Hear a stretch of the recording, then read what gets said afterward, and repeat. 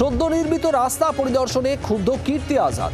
পূর্ব বর্ধমানের গলসির মনোহরপুর সুজাপুরে রাস্তার বেহাল দশা দেখে একেবারে অগ্নিশর্মা সাংসদ স্টোন চিপস নিয়ে অ্যাসিস্ট্যান্ট ইঞ্জিনিয়ারের পকেটে পুরে দিলেন আর হাত তুলে স্বাগত জানালেন স্থানীয়রা।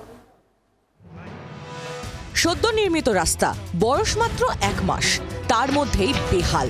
পূর্ব বর্ধমানের গলসির মনোহর সুজাপুরের এই রাস্তায় মুড়ি মুড়কির মতো উঠে আসছে স্টোন চিপস।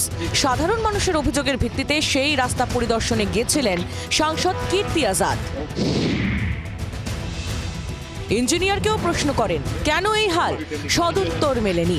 তারপরেই দুহাত ভরে স্টোন চিপস রাস্তা থেকে তুলে অ্যাসিস্ট্যান্ট ইঞ্জিনিয়ারের পকেটে ভরে দিলেন অগ্নিশর্মা সাংসদ। दीदी इतना काम करती हैं, उनका काम सही तरीके से हो, हम लोग ये चाहते हैं।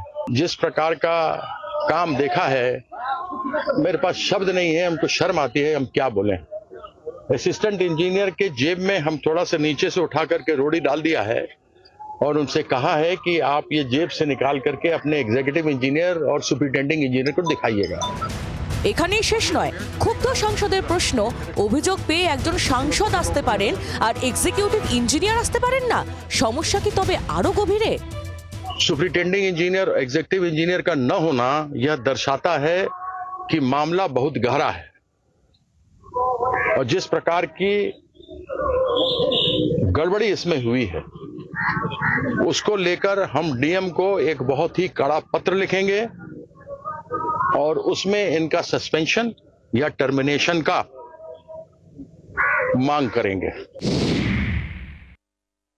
আমাদের অভিযোগটা ঠিক জায়গায় গিয়ে লেগেছে এবং লাগার পর আরো সন্তুষ্ট এই জন্য যে স্বয়ং এমপি এবং তার আরো অনেক ঊর্ধ্বতন কর্তৃপক্ষ এখানে এসে হাজির হয়েছেন।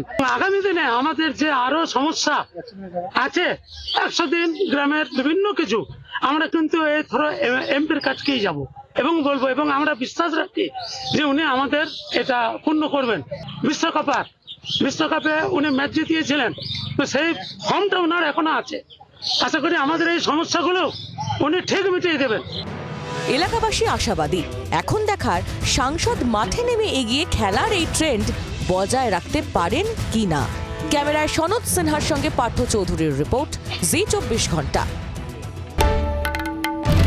বাংলার আওয়াজ, বাঙালির আবেগ, জি 24 ঘন্টা।